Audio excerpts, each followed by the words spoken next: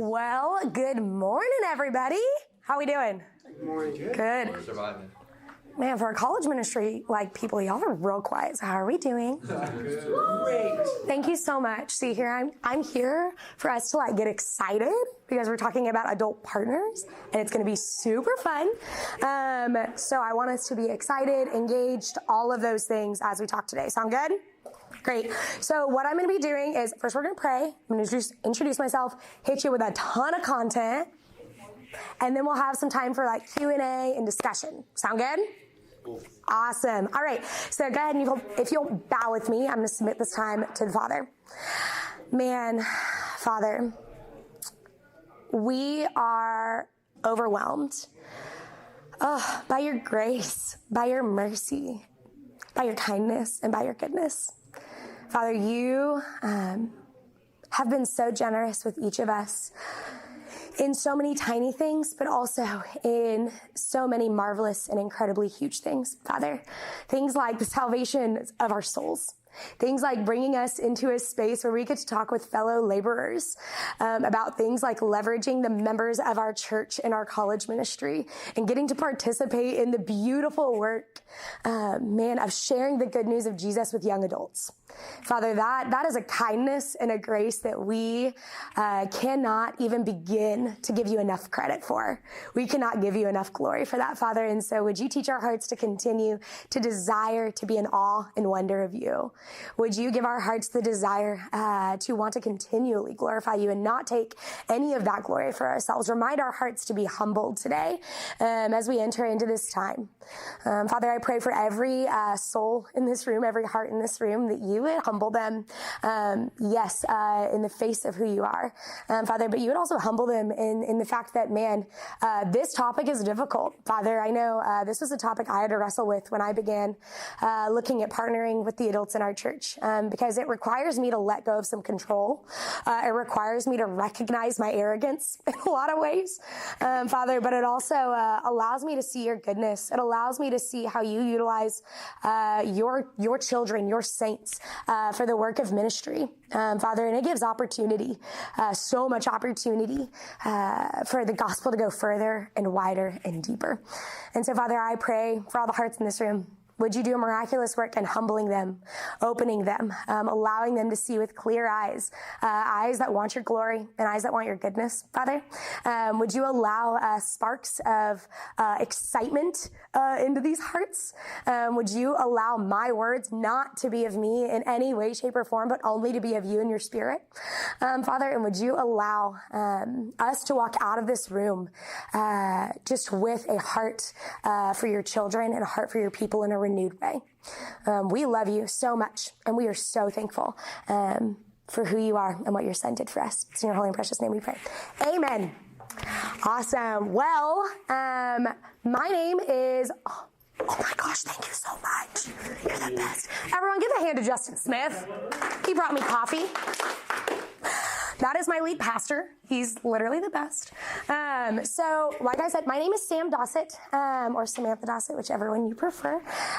So I currently am helping plant New City Church in Austin, Texas. My husband and I moved down to Austin last June, so we've been there for almost a year, helping plant and reach the city of Austin and reach the University of Texas. It has been an absolute delight, and we absolutely love our city. But before that, I was the Associate Director of Redeemer College Ministry in Lubbock, Texas, for about 3 years.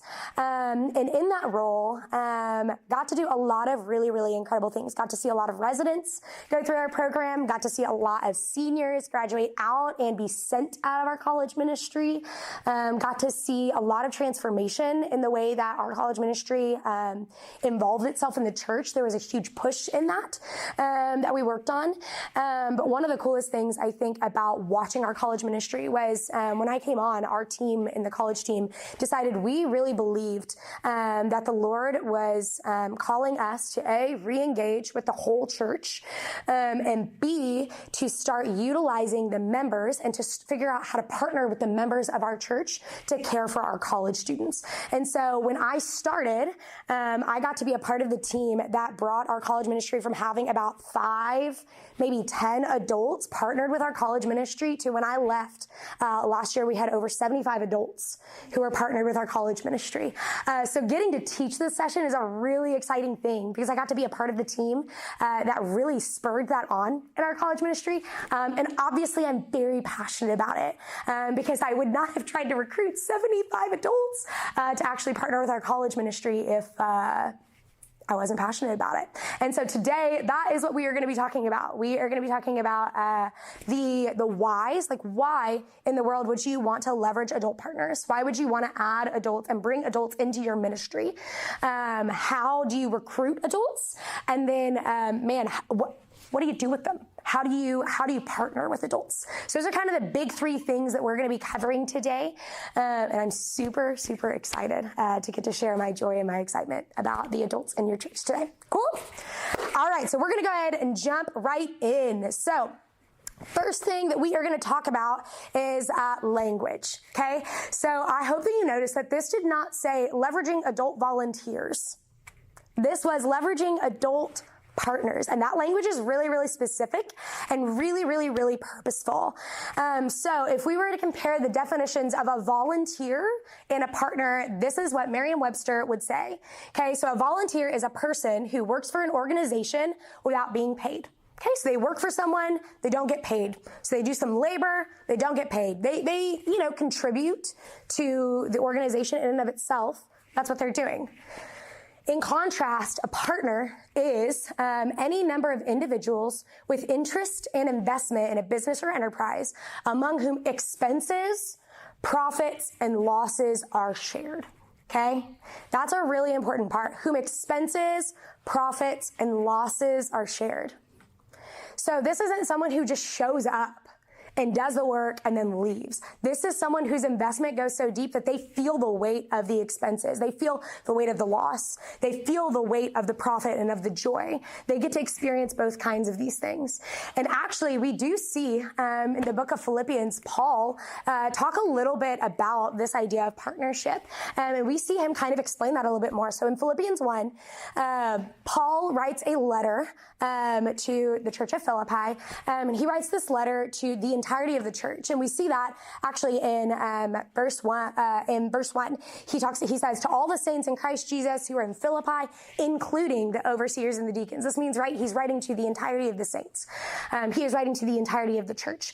And then later he calls them partners in the good news. Okay, he calls the people of this church partners in the good news. And that word partners that he used in the Greek is koinonia. And this word koinonia in the Greek means an intimate bond of fellowship, that they are committed to one another and together to preaching the good news of Jesus. That is not only what unites them, but the mission together is what unites them. And he calls them partners, this tight fellowship in the good news. And when Paul is talking about this, what he's indicating, right, what he's saying is if we're in fellowship together, if we're all invested equally together in the same mission and the same purpose, we each have a role and a responsibility in that, right? A fellowship comes together because they each have a role and a responsibility to do that. So the partners in the good news is people who have a role and a responsibility, right, in sharing the good news. And then later on in this passage, he says that we were partners in grace, okay? And he talks about we were partners in grace, both in my imprisonment and in the defense and confirmation of the gospel. And this word partners here, or partakers in other versions, is the Greek word. I am going to butcher this, and that is okay. We're all going to be gracious in this moment. Is synkoinonos. Yeah, I did pretty good. Synkoinonos. And that means a partaker and a joint partner. Okay, we are joint partners. We are partakers together in grace. So no matter the state of Paul, right, whether he was in imprisonment or he was defending the gospel, that this group of people, right, this church, these members, are partnering with him in the grace of Jesus. They have experienced the same grace, and that same grace is what pushes them to be a part of this fellowship and to want to proclaim the good news of Jesus. They are participants in the gospel, and thus they are bonded, okay? They are participants in the gospel, and so they are able to go through really, really hard things together. They weep and they grieve together, but we get to rejoice together. And that is why we use the term partners, because we do not want adults who show up, do some work, and then leave. Right? We don't want that. We want people who are going to grieve with our students and with us as students are struggling with deconstruction, as students are experiencing the hardest years of their life. We want them to rejoice because they're also experiencing the most joyous parts of their life. We want them to be overwhelmed with excitement when their student gets to get baptized because they believed for the first time. We want them to grieve. We want them to rejoice. We want them to laugh. We want them to cry. We want them to be invited into the actual work of ministry. We want them to be koinonia. We want them to be in fellowship with us. We don't want people who are just going to show up and then leave. We want partners. We want partners in the gospel. We want partakers of the good news of Jesus. And so that language is super important, because what that language does is it changes the way that we view our adults. It changes the way we view their positions, and it changes the way that we ask them to come into our ministry. And it requires for us a level of humility, because what it's also saying is that we can't do it alone. And that's the hardest and first step, is to say, I can't do this alone. So I need you to come partner with me. Okay? So that's where we start, is we start in this idea of like, okay, I don't want volunteers, I want partners. Now, why in the world would I want partners, right? So we talked a little bit about the book of Philippians. We talked about members, right? The members of our church being partakers in the good news, participants in the gospel, that we're in fellowship together. But like, what, but practically, you might be like, practically, Sam, why do I want adult partners? That, like, obviously, biblically, we see it, we want it, but like, what does that look like? Okay, and I would submit before you that we want partners for three different people, right? First is for your adult partners. We want the adults to partner with our college ministries for the sake and for the joy of the adults. Second, for the care and the joy of our students. And third, for you, every single person in this room. Okay, so why in the world would partnership help and care for and benefit the adults that are partnering? Okay, why would that benefit the adults in our church? First is it allows them to participate in membership of the local body and growing the next generation with the specific resources that they have been given. Okay, so we see in the Bible over and over that the Lord calls the members of the church to participate in the church, right? So we tell our college students because we believe it. Why would that be any different from the adults? Whenever we allow adults to partner with our college ministry, what we're doing is we're saying, hey, here's another avenue for you to share the gospel. Here's another way for you to participate in membership of the local church. We are giving you another avenue and another opportunity to really be a participant and to be a partner in the good news that we are doing in our city. Okay. Second, they are being grown as disciples. So I don't know about y'all, and I'm hoping that this is true of you, but every single time I have discipled a college student, I am grown radically as a disciple myself. Because the thing is that whenever I am listening and walking and reading the Bible with a college student, they're asking really, really great questions that I have to dive into and learn so much about and think about and pray about and research. But also, like, I am being shaped and molded alongside them. I am being grown radically alongside them. And so not only is it helping these adults look more like Jesus, but it's allowing them the opportunity to learn how to help others look more like Jesus. Okay, so whenever adults come into and are able to partner with a college ministry, they are getting to look more like Jesus. You're giving them the opportunity to build confidence and to look a lot more like Jesus. Okay. And then third, is if these adults are parents. This is one that, my lead pastor you just saw, Justin Smith, told me 2 years ago when he first came, to Redeemer for his church planting residency. He said that parents, who don't, want to partner with college students are missing a huge opportunity, because having college students in your home shows your kids that young adults can love Jesus too. He has a almost 5-year-old and a 2-year-old, Shepherd and Jude. I love them so much. They're like literally my nephews. I love them with all my heart. But he loves having Shepherd and Jude see these young adult men in his home because Shepherd and Jude look and they say, that 20-year-old is reading the Bible. That 20-year-old loves Jesus. That means people outside of my pastor dad love Jesus. That means people outside of my mom love Jesus. Like, that means that like I can love Jesus too as a young adult. It is cool to love Jesus. And that is so important. And we actually have seen that with a lot of the adult partners when I was at Redeemer. Kids being like, wait, these college students can love Jesus. I can love Jesus too. Okay, so as a parent, it benefits them as parents as well. So an example of this, right? You might be, obviously I have some examples of Justin and stuff like that, but so my little sister, her name is Megan Fritz. She goes to Paradox Church here in Fort Worth. She is an active member. Started serving with the college ministry a couple of years ago. I think maybe 1.5 years ago. And she is a young adult. She works in marketing. She was in the college ministry at Redeemer whenever she was in college. Obviously she's my sister, so she's been exposed to a lot of college ministry. And that, you know, as with younger sisters, that happens, or younger siblings, I don't know if y'all had this. She was like, well, Sam does college ministry, so I'm for sure not going to have anything to do with it. And then she started to realize, actually, I think I want to. Actually, I feel like the Lord might be calling me to it. And so she stepped into college ministry, has been discipling a group of their student leaders for the last 1.5 years, 2 years.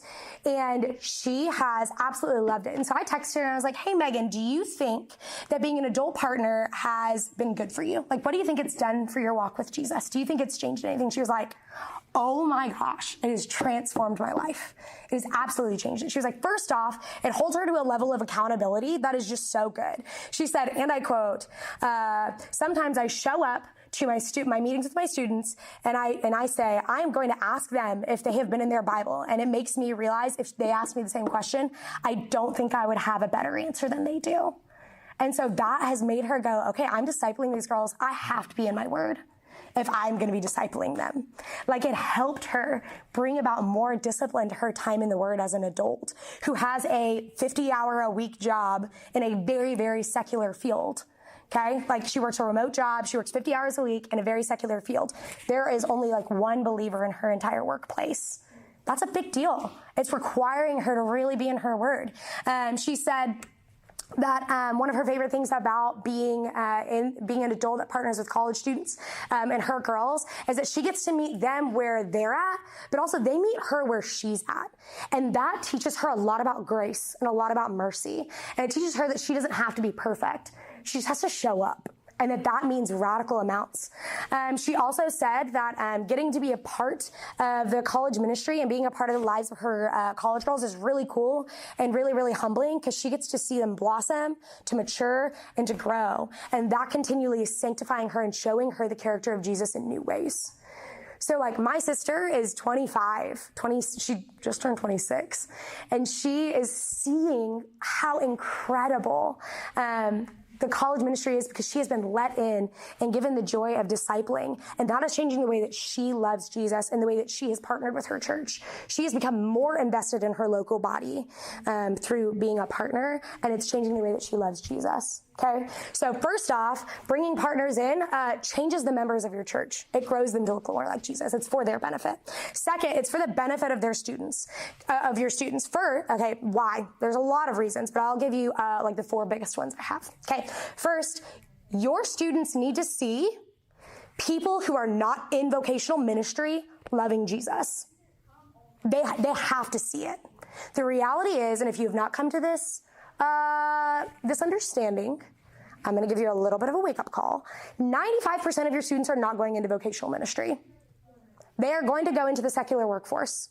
They are going to be moms and dads and hopefully deacons and servant leaders, and they are going to be these incredible things. They are hopefully going to be on mission in their workplace. They are not going to work in vocational ministry. They're not. So they need to see people who are not in vocational ministry loving Jesus and in the workplace and learning how to budget and learning how to read their Bible at 5 a.m. before they have to leave for work at 6:30. Like, they need to learn what that looks like. And you are in vocational ministry. So it's a lot harder for them to see that with you. Your life and the way that you live your life just looks so different. so different, and that's beautiful, and that's good, and that's what the Lord has called you to. That is not something to be ashamed of. But you need to expose your students to other things. They need to see what it looks like for an accountant or a physical therapist or a teacher or a nurse or a lawyer to love Jesus with all their heart in a space that does not have Jesus in it at all. They desperately need that. Okay, so it's beneficial for your students to partner and to love adults and get to know them, to see what that actually looks like. That is for their benefit. Why is that for their benefit? Because one of your jobs is to help is not to push students through 4 years of just learning to love Jesus as a college student. You're helping teach them to love Jesus as an adult. You need to help them learn how to love Jesus not as a pastor, but as an adult. That is one of the goals. You want to give them foundation so when they go into the real world, so let's be honest, college is not the real world.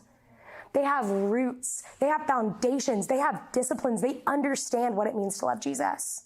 So having adults show them what that looks like is vitally important to their life. Second, they have the ability to have possibly more attention and care. So no matter how big your staff is, no matter how big your college ministry is, you have a limited capacity for deep relationship. You have a limited capacity. That is scientifically proven. You have a limited capacity. You can be the most extroverted person in the world. I am. I have a very high capacity for deep relationship, and I have a limited capacity still.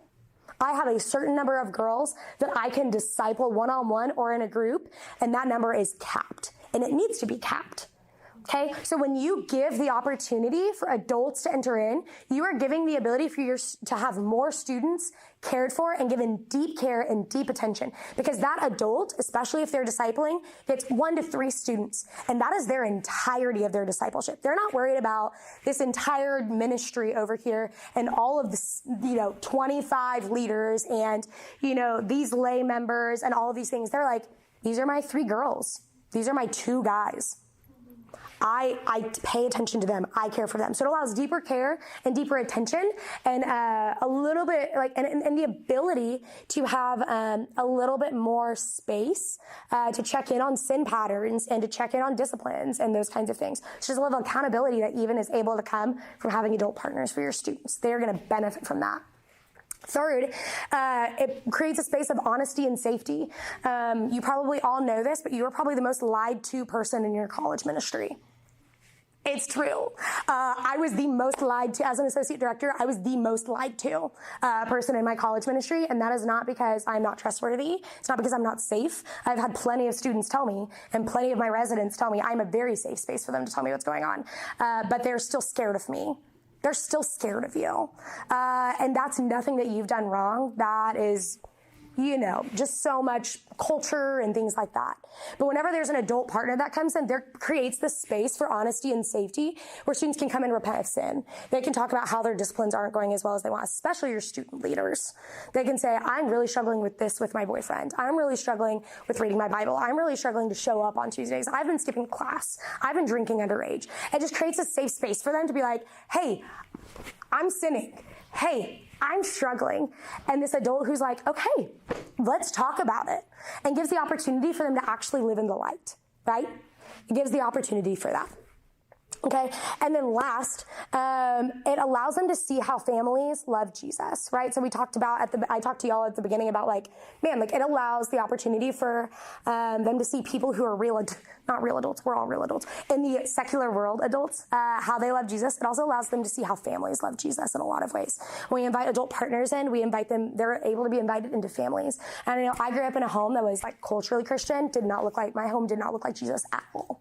And so I remember entering into an adult partners, into an adult home post-grad and seeing how these 2 adults loved their kids and how their marriage looked and how they disciplined their kids. And it was absolutely life-changing for me. So I was like, that's what marriage and kids can look like? That's so cool. And I've talked with so many college students who have been able to enter into homes with adult partners and have said, I didn't know marriage could look like that. I didn't know having kids could look like that. An example of that is a student named Gabe Davenport.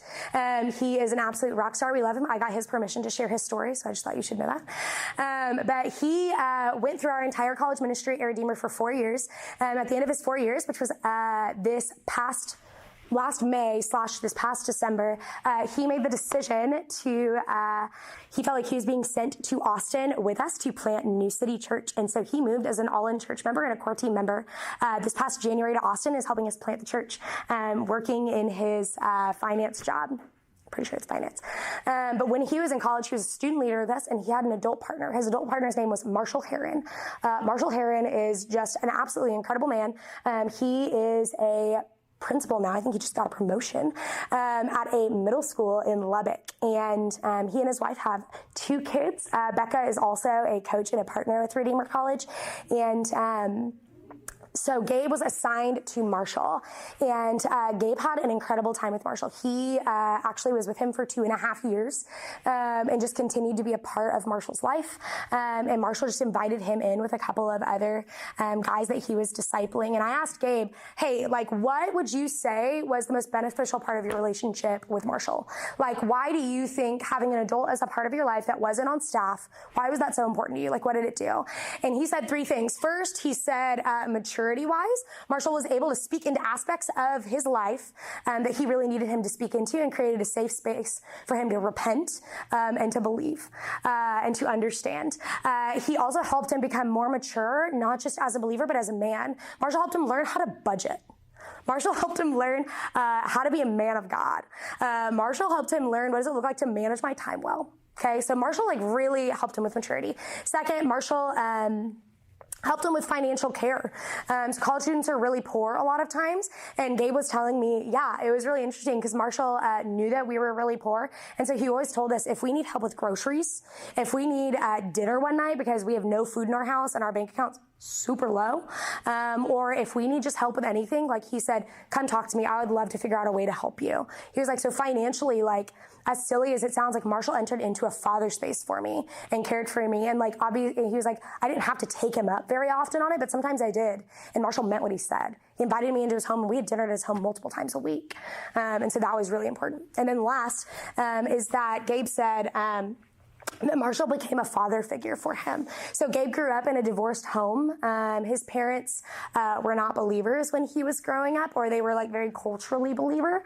And so he did not see a man who loved Jesus disciplining him, and he did not see a man who loved Jesus loving his wife because his parents got divorced when he was pretty young. And so he said watching Marshall be a husband who worked through things with his wife was radically transformative to his life.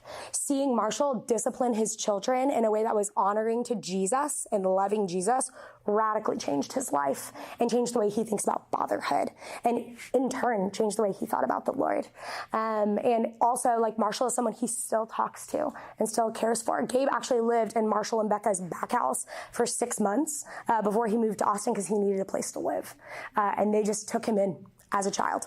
And so Gabe is a great example of how being adult partners not only affect and love on the adults, but it also is like super beneficial for students. And I have countless number of stories just like that one from our time at Redeemer College. The last person, the why of you should have adult partners, is for you. So here's the thing is we are in an era, right, post-COVID and with all the cultural shift and stuff, where burnout and fatigue is a really real thing. We are seeing pastors and ministry leaders exit ministry very quickly, right, because of burnout, because fatigue, because it is hard to work in vocational ministry right now. And we're also in an era and in an epidemic, right, of loneliness, where we see our college students just from crippling mental health issues and loneliness and fear and anxiety. That is just such a real thing. And it's exhausting to care for. Doesn't mean we don't want to do it, but it's exhausting, and it is emotionally just draining. And when we have taken on the responsibility of taking care of all of our students and all of our leaders that are struggling with these things, which is like 70% of them on our own, we are wearing ourselves down, and we're going to do 4 years of ministry and not 20. So having adult partners in our ministry helps us be healthier so we don't burn out. so we can do longer term ministry. Like I said, we have a limited capacity for deep relationships. When we invite adult partners in, we are allowing ourselves actually to have a healthy amount of deep relationships, not an unhealthy amount.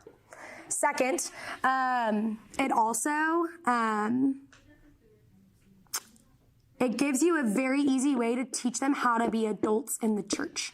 Like I said before, one of the most important parts of your job is to teach your college students how to be adults who love Jesus. That's just such a vital part of your job, is let me help you understand what it means to love Jesus as an adult. Let me show you what it means to push through really hard things, to have hard conversations, to be on mission everywhere that you go, to feel sent to the places you go. And when you have these adults in your ministry, you are giving them a very practical and easy way to learn that. You are actually helping yourself teach students how to do that. You really are actually getting to do your job and do it well in a way that allows you to focus on other things really, really specifically. Okay. So it's really, really great for that. And then last is the integration of college ministry into the church. So I know a thing I've heard a lot of people in churches with college ministry say is they feel like an island, that they are super disconnected from the life of the church. How are we going to teach college students to be a part of the local body if they're not interacting with the multi-generational body of believers? You're not. You're not. I know when I was in college, one of the big things that I saw was a lot of my friends who are really involved in our college ministry and the college sorority and fraternities, all of those things, were on fire for Jesus for their 4 years. They got out of college. They were a year out of college, hadn't figured out how to be a part of church, how to pick a church, how to find a small group, how to find Christian friends, deconstructed, and now are living a life that is very far from Jesus. And a lot of that is because they didn't know how to put roots down. They didn't know how to foundation. They didn't know how to be a part of a multi-generational church that didn't provide them on a silver spoon and on a silver platter a midweek gathering, 2 small groups, leadership, and discipleship on their own. They had absolutely no idea how to do that. And so instead of leaning in and trying to figure that out, they deuced. It's very easy to do in our culture nowadays. And so one of the things I'm really big on encouraging college ministries to do is figure out how to integrate into the local body of believers and into the multi-generational church. And so whenever you allow adult partners to come into your ministry and to participate and to be a partner in it, you are inviting the multi-generational body into the college ministry, which allows the college ministry to integrate into the multi-generational body. And you've created this incredible bridge that allows students to figure out what that looks like. And not only that, you are going to be able to receive more support from the entirety of your staff, from the entirety of your congregation, and they are suddenly going to be slowly being more bought into the college ministry. And it's just so freeing. And it's so beautiful. And it's how Jesus wanted our local bodies to be. Unified, right? All going towards the same mission. And so this is for you too. It's going to help with hopefully will help with your burnout fatigue. It will get your students integrated in the church and your church integrated into your students, right? And it could really help your students learn how to be adults in the church. Okay. So that's why I believe, obviously, I'm very passionate about adults being partners in the church. So now that we know why, right, that it's going to benefit our students, it's going to benefit our adults, it's going to benefit us, how the heck do we do it? This is the hardest part. How do we recruit these adults into our ministry? Okay, so I have kind of like five steps on how to recruit. The first one is start with 5. Start with 5 adults, okay? Just 5. That's it. So where do you look for these adults? Look at your friends, people that you are in your small group, gospel community, missional community, whatever you call it. Look for your friends that you know that are in your church. Ask your small groups or discipleship pastors about people that you know that are passionate and want to serve, who love to disciple, who care about college students. Ask your lead pastor about people he might know. Look at alumni from your college ministry who have stayed and who have been at your church. Okay? Look at people who have come and said, I want to serve, but I don't know how. Okay? Those are people to look for. You have avenues, that you have people in your church. When I was talking with my sister, she said it would surprise most college pastors how many adults in their church actually want to get involved with the college students but have no idea how to do it. And I was like, that's true. Because when we started opening up the doors for adults to partner with our college ministry at Redeemer, like, it was incredible to see the number of people who've been like, wait, that's how I can get involved? Let's freaking do it. So, and that actually also happens at churches that maybe are a little bit older in population, maybe more traditional churches as well. Justin, our lead pastor, talked about how he was nervous when he was thinking about bringing adults in to his college ministry in some ways, because it was a lot of very, like, 65 plus people and adults with grown children, things like that. And he was scared that they weren't going to want to be a part of the college ministry. But there were so many willing and desiring adults who had so much life experience that were like, we want to disciple the next generation. We just don't know how.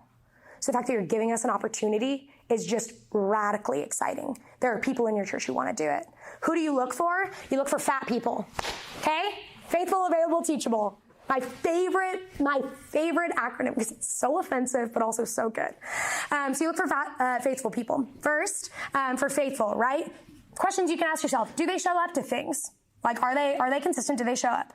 Are they active members of your church? I would submit to you that I would really, really consider, when you're having adult partners, asking the question of, are they members?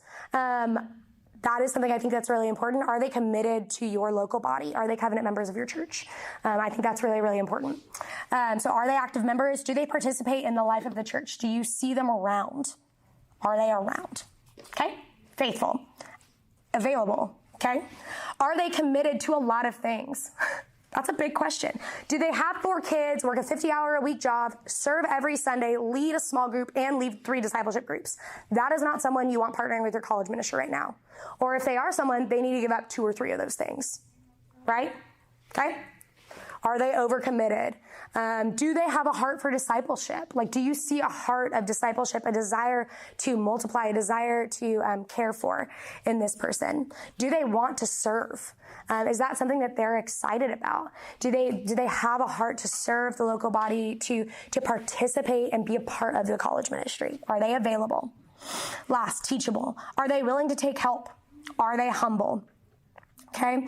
Do they admit that they have a lot to learn? I think one of the scariest things to me is an adult that comes in and is like, I'm ready to disciple. I need no help. I know exactly how to disciple college students. That is not somebody that I want partnering in the college ministry. I want them to have a humble heart, because college students are hard, right? They're the best. We love them. They're so cool. Their stories are incredible. They have hearts that are just so eager and excited and have the best questions. And so I want to see someone who is willing to ask hard questions and ask for help. I was talking with the staff at New City a little bit more about, I was walking through my teaching, making sure it made sense, all of those things. And one of the questions that Ryan, he's on staff with us, asked is he said, Sam, one of the questions that I love to ask is this someone that I want my students to look like? And one of the biggest things I want my students always to look like is I want them to be teachable. I want them to be people who are humble and who are eager to learn and grow. So are they teachable? Okay, so we look for faithful, available, teachable. But that's it. I'm not looking, I would encourage you not to look for theologians. I would encourage you not to look for people who have it all together and are perfect. Honestly, I would have you look for, I would encourage you to look for the people who are like, I want to serve. I'm kind of scared, but I'm here and I'm ready. I'm open-handed. Literally, when I was talking with my sister about it, she was like, yeah, I was terrified and I didn't want to approach my pastor about it. And then suddenly my feet were walking towards him and I was shaking the entire time I was asking to serve. That's incredible. She recognizes the weight of what it means to partner, but also is obedient. She is not a theologian. Her students have asked her questions and she's like, I have absolutely no clue how to answer that. Let's look together. That's an incredible partner to have, right? That's someone who's invested in the profit and the expense. That's someone who's going to grieve and who's going to rejoice. Okay? So, That's kind of how I would do that first part of recruitment, right? Pick 5. Look for faithful, available, teachable people, and ask the people around you and on staff with you to help find those 5 people. Once you find those 5 people, the first thing you're going to do is have a meeting with them and give them realistic expectations, okay? You're going to answer questions like this. How much time will this actually take in a week? How often do you want them attending things? What is it really like discipling a college student? And what are the actual issues your students are facing? Okay, so why are these things that we want to know? A lot of partners have full-time, these are adults. They probably have a full-time job. Some of them have spouses. Some of them have kids. Knowing the amount of time that they have, that this will take in a week is really important to them, because they need to be able to actually commit to it. How often do you want them coming to things? Is this a thing where you want them to actually meet once a week at a coffee shop to read the Bible, but also invite them into their home and come to Tuesday night gatherings? Or is it I want you to at minimum have this, whatever else you do is a joy, right? That's important. What is it really like discipling a college student? Hey, college students aren't the best at communication, so if they don't text you back for 3 days, call them twice, that's all they answer. They're not going to respond to emails. Hey, there's some times where your students are going to be really good at reading the Bible, and then when exams come, they're going to be really bad at it. Things like that. And then what are actual issues your students are facing? You know your students, and you know what your ministry is struggling through. The things that our college students in Redeemer are struggling through are very different than what the University of Texas students are struggling through. The questions they're asking, the things that they're looking at, yes, overall maybe have some similarities, but are very unique to each of those places. West Texas is very different than Austin, Texas. They're like different worlds. They just really are. And so you know what your students are facing. Be honest and let them know the kinds of things that your students are probably going to be asking and what they're going to be struggling through. Okay? Third, so once you've given them realistic expectations, you've got these 5 people, they're like, yeah, I hear that, I see that, I want a partner, I want to be invested. Then you need to bring them into the ministry. They're not volunteers, they're partners. You need to bring them into the ministry. And there are 3 C's on how to bring somebody into your ministry that I have seen work tried and true. Okay? First is care. You have to care for your adult partners. Do check-ins. Hear what's going on in their lives. Pray for them. Keep up with them. Make sure that they're doing okay. Give them calls. Those are really, really important things. Actually care for the life of your adults. We had adult partners who were a host home. They were pregnant with their 3rd child. They had 3 years before that had twins, and one of their twins was stillborn. Devastating. And they struggled with miscarriage for multiple years after that. And then they were pregnant and they were about to have a baby and they were adult partners, and it was really hard. You can imagine how terrifying that would be. And so they asked in the middle of the semester, hey, we really as a family need to be preparing emotionally for this birth because we are terrified. That makes sense. I was calling that adult partner every other week, checking in to see how she was doing and how her husband was doing. They were also in the middle of a football season and he was a coach. So doing that care and saying, you matter to me as a soul and as a believer. And so I'm going to care for you, just like I want to care for my students. Okay? Care. Next is clarity. Consistent and clear communication with actual job descriptions is how you bring them into the ministry.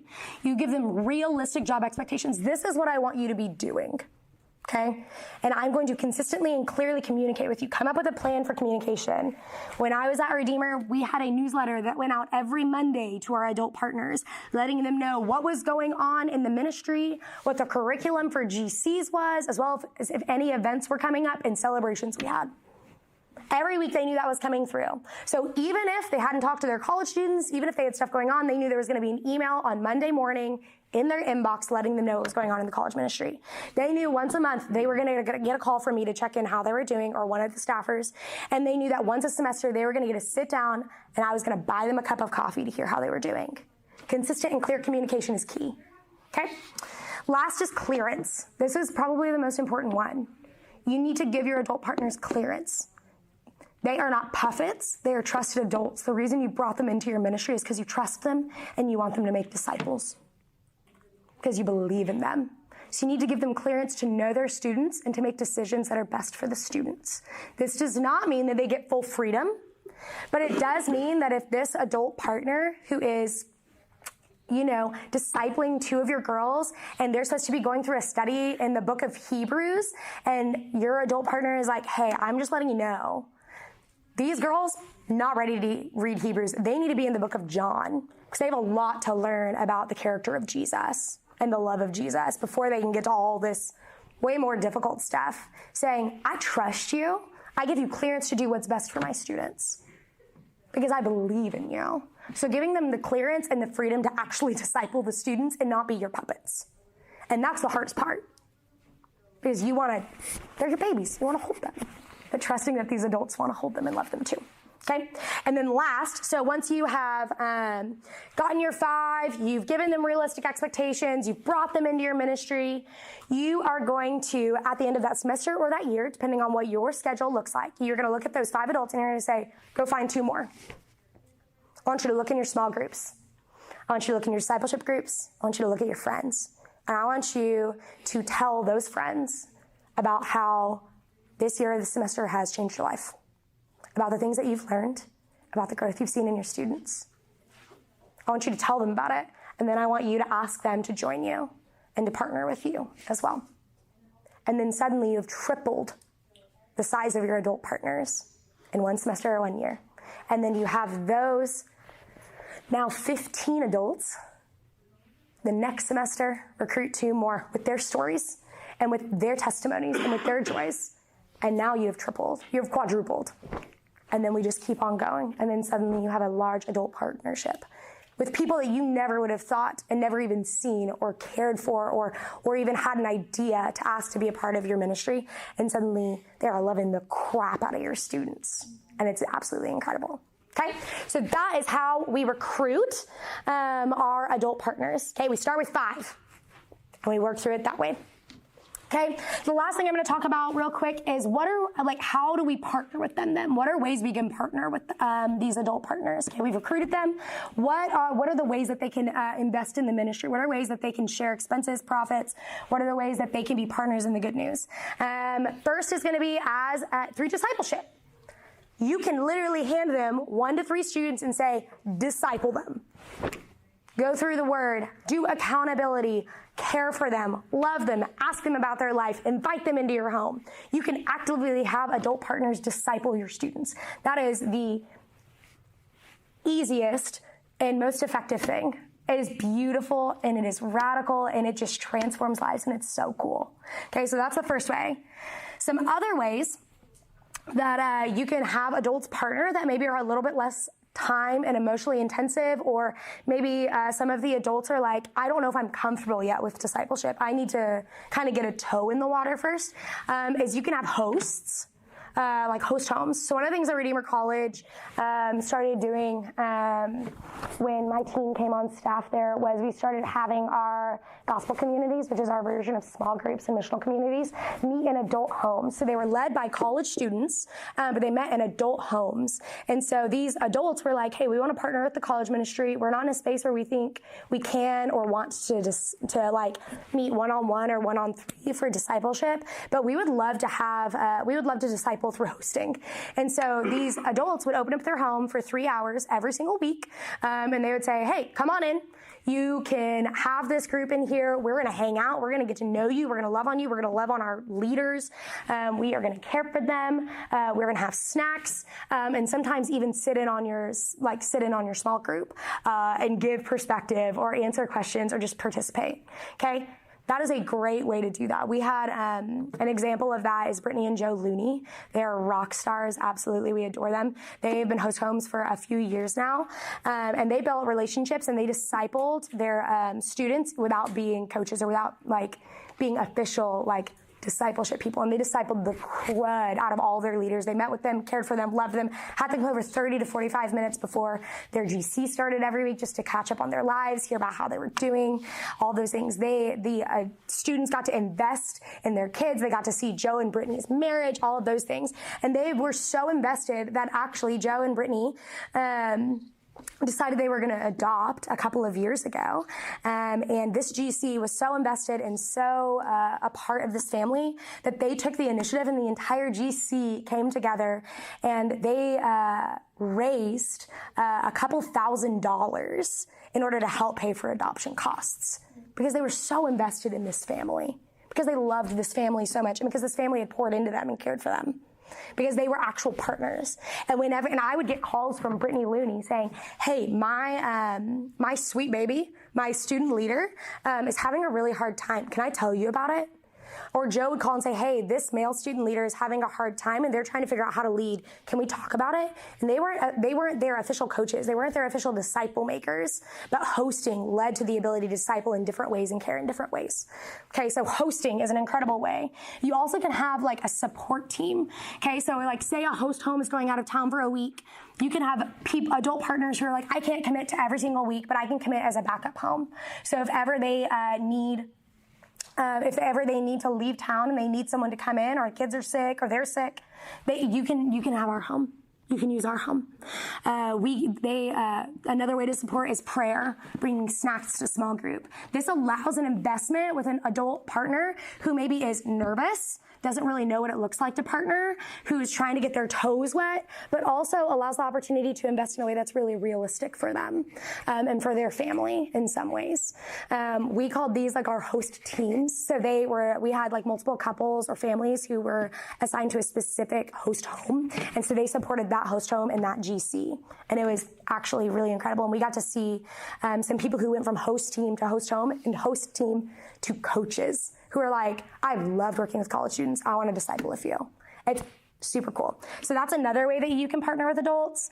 The last way is there's a few random things. You can have panels for your college students talking about tough topics that adults actually have some ideas on. I know we had like a couple of panels. One was over mental health. So we had a bunch of LPCs and MFTs come in and that were partners with our ministry and did a panel for our students. We had one that was over politics. So we had people who actually had experience in politics come in. So that's a way. You can do internships. I know that we've had adult partners who are like, I would love to have students come in to learn about this job because I know that that's their major and what they're wanting to do. So like, let me partner with them and show them what it looks like to love Jesus in this field of work. You can bring them in for advice, care, and teaching about different topics. So like we had an adult partner who was on a host team who also is a financial advisor. He came and taught all of our student leaders how to budget. That's great. And so we've had different like adult partners come in to teach, give advice, do care in specific areas. And the last is actually, participating in events. So like there are certain events you might have throughout your year that you're like, you know what, we want all of our student leaders to be just meeting students or just caring for students, but we also need a lot of help.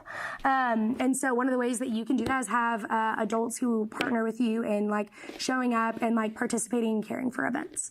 That's a way that they are invested in the ministry and they are invested in like feeling the joy of seeing your students like love other students, and also the sorrow of ministry as well. So those are some different ways that you can actually practically partner in jobs that you can have available for people to step into to actively partner with your ministry. So that is a lot of content, obviously, and that is kind of the way that we at Redeemer, and then going into our time at New City, are looking at adult partnership, which is really exciting and really fun. And it has been such a joy to get to see adults partner in these different ways. And so my prayer and my hope for you is that this is at least in some ways helpful. Obviously, it's never perfect. There's a lot of hard stuff that happens, and adults are really hard to work with, just like college students are. But I hope that this opens your eyes to the joys and gives you maybe a small platform to start working towards involving the rest of your church into your college ministry. So that is all the content that I have today. I do have some resources and stuff saved on my computer that I would love to send to you if you would like examples of definitions, mission statements, teaching, different things like that. I do have all of that content. And so if you want that after this session is over and you're moving to your next one, you can come put your name and email down and I will send that to you in the next 2 to 3 days. So with that, thank you. Does anybody have any questions or anything they want to talk about? Yeah. Question. So I think what is your role like as a student ministry for the development of those adult partners? Do you see that as we're developing these? Yeah. Or is it more of they're being developed in other areas of the church, and this is more of their like service team? Like what does the development look like? I'd say both. So one of the things that we would do at Redeemer is we would hold trainings twice a semester. At first, we moved to twice a semester for our adult partners to do some care and discipleship for them. So like training on how do we talk about this? How is this going with your students? How can we care for your students? Those kinds of things. But because we are saying they are adult partners, we are also entrusting the local body to help be discipling them, that they are involved in their own small groups, that they are involved in their own discipleship groups, accountability groups and things like that, and that they are pursuing Jesus. We're obviously checking in on them. So those monthly check-ins I'm doing, I was saying like, how's your relationship with Jesus going?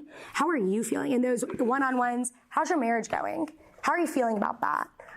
Are you, like, some of the requirements to be able to even be an adult partner for us was like, you have to be actively involved in a GC. Like, you have to be in community. If you're not in community, then like, that's an issue, right? And so it's kind of a shared responsibility. Obviously, a lot more goes to the local body because they are adults, but we do provide some levels of care and check-in and resourcing to them. Does that make sense? That makes a lot of sense. Okay. Cool. Any other questions? Yeah? Oh, I'm so sorry. His head was perfectly where your hand was. That was incredible. Sorry. Thank you so much. Your presentation was very extensive. Thank you. So in vetting the adults, Yeah. how do you graciously, maybe tell somebody who's really passionate, who really thinks that, they're called into this, and they've been maybe part of the church body for like 20 years, and then you make that decisive decision without creating chaos or hurting them or just, how do you do that graciously? I think we're going to get theologians, but just in terms of biblical literacy, isn't it also important for us to make sure, just because of how much we invest in college ministry, that we are trusting people who really do understand the gospel theologically. We're not just sending them off to, Yeah. You're not just sending them off to somebody who doesn't know anything about the Bible. Yeah, absolutely. So I think that there's a lot that can go into that. I think that is an incredible question. I think to your first point, I think one of the benefits to having multiple layers of position is like spots that they can partner in, is that like if you're looking at somebody and you're like, I don't think that they need to be discipling yet, I think they have some growth they need to do, then there's other positions that maybe are a little bit different that don't require as much biblical literacy to walk into that, right? That you can offer them something else. And when they ask why, I have found with adults being gentle but honest is the best policy. When I started working with adult partners, I was 20, I think I just turned 24, so I was a child. And a lot of the adult partners were in their like early 30s and, mid 40s, and even some that were in their 60s. And so like there was a little bit of like you're like a baby. Do I respect you? Can I listen to what you say? And one of the things I found was consistency, but also like gentle honesty was really, really helpful in those situations of like, hey, you know what? Like, I love you and I love your heart for college ministry. I want you to be a part of our college ministry, and I want you to be in the lives of our students. I think that there is maybe some growth that needs to happen here, or I would love, to walk with you as you are engaging with community and discipleship a little bit more. I would love for you to serve in this position for a while. And then I would love to explore that maybe in 6 months, what it would look like for you to move into this position. Similar to how you talk to college students, right? Like if you have a college student who applies to be a leader and you're like, no way. You're gentle and honest with them, right? You tell them hey, I don't know if you're in a spot where you're ready to do this yet, but I think you could be. So why don't we walk together for a while? Why don't we get you invested in the ministry for a bit? And you know what? In 6 months, let's revisit this. Let's see how you're feeling. Let's give you an opportunity to be a part, but maybe not in a leadership position yet. So that's how I would say you approach it. That's not like super helpful, and it could cause them to be really angry at you. But I think one of the things I realized with college students is like, if they're going to be really, really angry at me and leave because they couldn't be a leader, then maybe their heart wasn't in the right spot for leadership.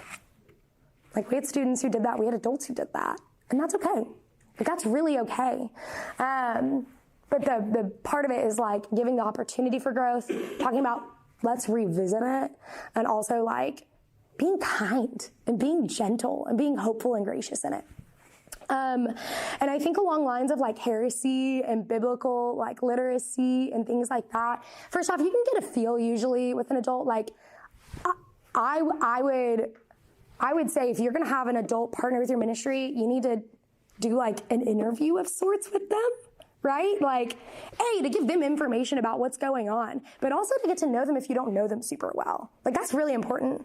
I also think that's where the membership piece comes in really, really well. So I don't know what y'all's membership processes look like, but at Redeemer, there's like and at New City, there's like a level of like, not biblical literacy, but like, hey, these are the truths. These are the truths of the Bible. This is our doctrinal statements. You need to not only say that you agree with them, but like be able to like talk with us about them. And not only that, but like you have to be able to say like, I may not agree 100% with these elder statements. So like these like secondary doctrine statements, but I will not teach in opposition of them. Like I absolutely will not. And so like, for you even to become a member, there is a level of that literacy and there is a level of that wisdom that has to be there.